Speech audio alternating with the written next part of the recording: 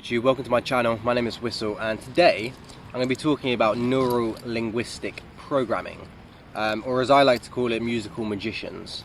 So what is this about? So this is in regards to music, essentially. Not just music, but kind of sound programming. Now, I'm not a sound engineer, so I'm not going to go into full detail on kind of what frequencies affect you and like in different ways and stuff like that. But I'm just going to kind of talk about what neuro-linguistic programming is, how it's used and how it affects you. Okay, so neuro-linguistic programming is the programming of certain sounds to make a effect onto the subconscious. Okay, so radio stations, they pick certain frequencies to play music at.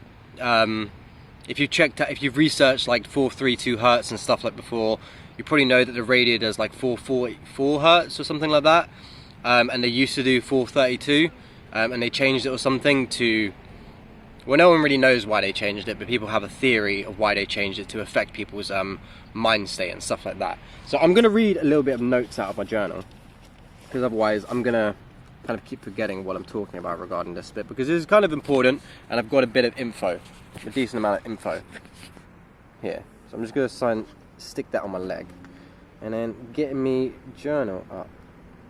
So I wrote this the other day. It's like 2 pages of notes on just kind of my thoughts on neuro-linguistic programming and something that I was reading regarding music within a book called Liber Isfet, which is the grimoire of Meshu Betesh. It was talking about how like Assyrians, so the solar cults, they utilize music to manipulate the minds of people, and it dates back to Egypt. So I'm just going to quickly read out like the start of my notes here. So the neuro-linguistic programming, again, I put it down as music magic. So all music, every single music you hear, and it doesn't even need to be music, anything that is articulated out of someone's voice, that it's a spell. Me speaking is technically, it's a spell coming out of my mouth. Okay? So all music are spells. In ancient times, they were known as hymns. And they call in certain energies. Their purpose is to kind of call to a certain energy or to kind of bring up a certain energy. Okay? And you may have heard the term spelling is called spelling because we get taught how to spell. Okay? And spelling is spell casting. So again, what I mean by you articulating things, so you spelling, literally we get taught to spell, which means you're spell casting.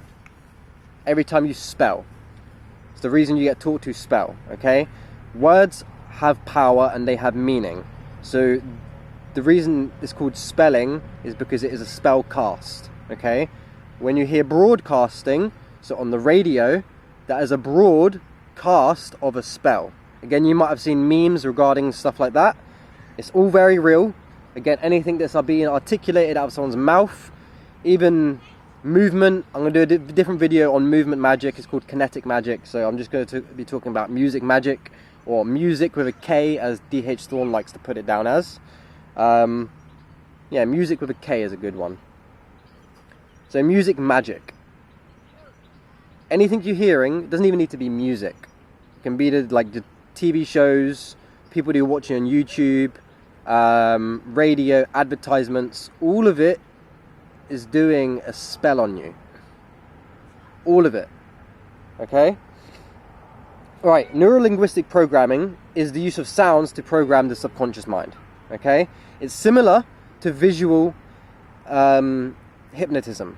So when you, for example, if you watch like a YouTube video of like hypnotism to sleep, and it's got like spiraling swirls and like patterns and like kind of like DMT trip or like a mushroom trip, if you've experienced those, where like patterns are forming and it's programming your subconscious.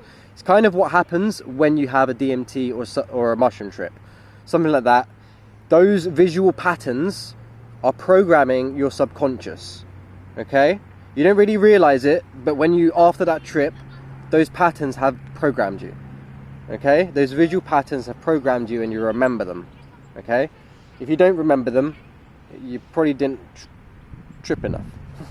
Or it's not a message. If you didn't remember things, you don't need to know it. Like, for example, with dreams, if you remember a dream, it's important and you need to know that thing. But if you forget your dreams, is it important? If you're not remembering it, is it necessary right now? Maybe, maybe not. Depends on you. Alright, so again, neuro-linguistic programming is similar to visual hypnotism, but it engages a different sense. So it engages your sound sense and not your visual actuation. Am I saying that right? So hearing, whereas visual hypnotism engages the eyes. Okay? Hypnotism can be used to break through subconscious barriers. So it can be used in a positive manner, but it can also be used in a negative manner. And things like the TV is a combination of like visual and sound programming. Sorry if it's a bit awkward. I don't have my little tripod and stick with me today, so I'm literally balancing it on my leg. Anyway, yeah, hypnotism can be used, and neuro-linguistic programming. Neuro-linguistic programming is hypnotism, but with sound. So if I say either one, same thing, okay? Same thing, just using a different form of medium to project the energy to you, if you get where I'm going there. Alright, they can be used to break through the subconscious barriers and plant a subjective experience. So what I mean by a subjective experience is a kind of false experience. It's a kind of made up. It's an opinionated experience. It's not objective, so it's not based in like a fact. For example, an objective fact would be the grass is green for those that aren't colorblind. You've got 4 fingers and a thumb for those that are born with normal extremities. Something subjective would be, I don't know, say if I hurt my foot, well, I kicked the floor or something. Or 2 people kick the floor, or they hit something. One person says, ow, the other person's like, oh, that didn't hurt. But it did to me. It didn't hurt for me. That's subjective, okay? But yeah, these forms of programming, they can be used for beneficial purposes, okay? But for the most part, they aren't being used for beneficial purposes. Like, if you checked out my older videos, I outright tell you that me speaking to you is me programming you, okay? Check out my video called, like, programming. I've got a few different videos regarding programming, actually. Yeah, check out those. Just type into my channel search bar, just like programming. There should be like at least 2 videos regarding the subject. Yeah, they can be used beneficially. They can be used beneficially. So if you've known, some people have used hypnotism to kind of break addictions, break out of bad cycles. But they can be used, again, in a negative manner to put you into bad cycles. Mainly unconsciously. Consciously, you use them to break out of bad cycles, but unconsciously, if you're not aware of what's going on, they can put you into someone else's subjective experience, okay? This is what we call the matrix programming, okay? It can be used beneficially without planting an experience, okay? Again, this is most commonly seen in television, which provides visual and audible programming, which is more potent than doing either the 2 on its own, which is why you should throw the fucking TV out. Honestly, no offense, if you watch television, anything, Netflix, Gaia, throw it out. Throw it out. If it's mainstream, there's something weird about it. Even Gaia, I don't watch Gaia. I was intrigued in it for like maybe half a year, and then like some of the stuff that I was intrigued in kept getting removed.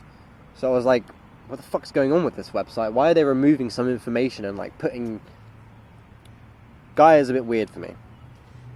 Anyway, again, it can be used for either of the 2. So the TV uses visual and audible programming. Now, I'm going to put a code in the middle of this video.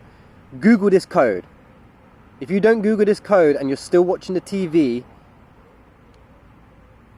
literally, original purpose of the TV was to program you. The original purpose of the TV was to program you to be a robot. It's facts. If you don't want to Google the code and you don't want to take in that info, then you can live blindly. But I've got the code on the screen. Google it. Tells you exactly what the TV was originally planned for.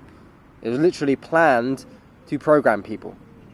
Okay, you may have seen it in like kind of like TV shows TV shows about the FBI and the CIA, like Bourne TV show, the Bourne TV film series.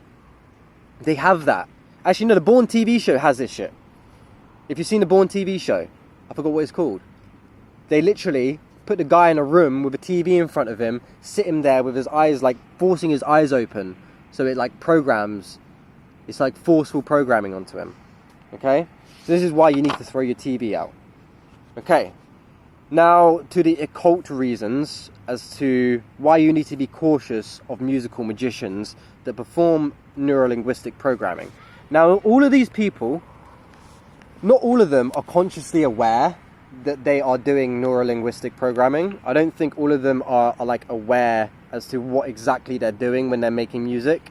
For example, my friend who did the intro for some of my very old videos, you can check out in that same song, you can check out in the description of those videos. It's called Vega DNA. For anyone interested, it's a dope song for anyone that's kind of into rap. And anyone that is into spirituality, listen to that song because it will uplift you. That song motivated me to get into YouTube, or helped me motivated me to get onto YouTube. Okay, but in that song, now I kind of know the guy. I know for a fact that he was not on a spiritual path when I knew him. I know for a fact that he isn't like an occultist. He isn't like crazy into meditation when he was making that music. So he unconsciously started rapping about people. You've got it in your DNA. Everyone's got it in their DNA. You just need to unlock your DNA. And then in one part of his song, he was talking about if you open yourself to acceptance, the results that can be so infectious. And he was talking about not protecting certain entities around you. Again, he was unconsciously rapping about all of this 5-dimensional stuff. Okay, but for some people, so the mainstream music people, let's take Jay-Z. You could even take Beyonce. Some people like Beyonce. She's a witch, by the way. If you didn't know that, she is a big fat witch, and she does neuro-linguistic programming onto people. Eminem. A lot of the mainstream music people, they are musical magicians, and they know that they are musical magicians. Okay. All right. Now let's talk about the occult beliefs behind these musical magicians. So according to the Liber Isfet, so again the Grimoire of Meshu Betesh, Osiris, Osiris was said to use music in order to influence the people and to civilize them, to influence / civilize people. And this can be found, this proof, this isn't just from this book, this can actually be found in Plutarch's story of Isis and Osiris. Okay? This also kind of matches with what Osiris represents. So Osiris is the light, so it represents masculine and order, so order and control. And the energy of order wants control and influence, which is what order is. It's another representation of stasis, or being still, or being bound into one position. Okay? So why is this all important? So why is understanding that there's musical magicians doing this programming, why else is this important? So if you didn't know, your body is 70% water, and sound affects water. Okay? All matter is an imprint of sound. Okay? Everything is energy, frequency, and vibration. This bench is a sound. Yeah, it's a sound. It's literally a sound. Anything, your name, is an imprint of a sound. Okay? We call it a frequency or vibration, and we use those certain sounds, matter will start to change. So you can kind of test this by using mantras. So you notice if you use the seed mantras, if you use a name as a mantra, you can actually feel the vibration in a certain energy center in your body. Okay? Starts to change. And yeah, as it's observed with sound and water tests. So if you haven't checked out those things on the internet before, you can Google sound and water testing, how sound affects water. It quite literally makes water change shape. Okay? Again, another reason why you need to be very careful as to what audio devices or sounds you're intaking. Okay? Alright. This means anything you listen to affects how you function and how you're projecting yourself. Okay? How your self is projecting out to other people. Okay?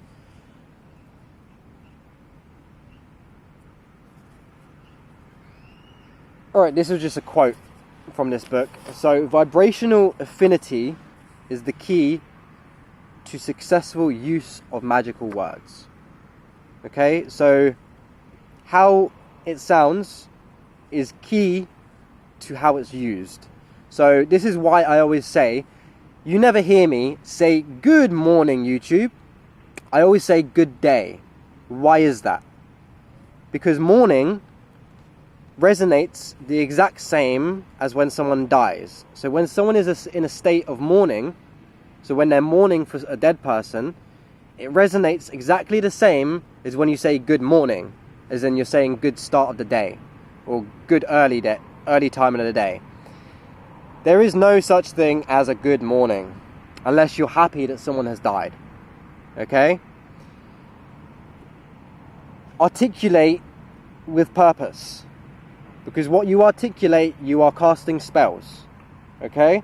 Again, vibrational affinity is the key to successful use of magical words. Okay? Verbal use, this part's me. Verbal use can be combined with external stimuli in order to create a desired atmosphere or mental state.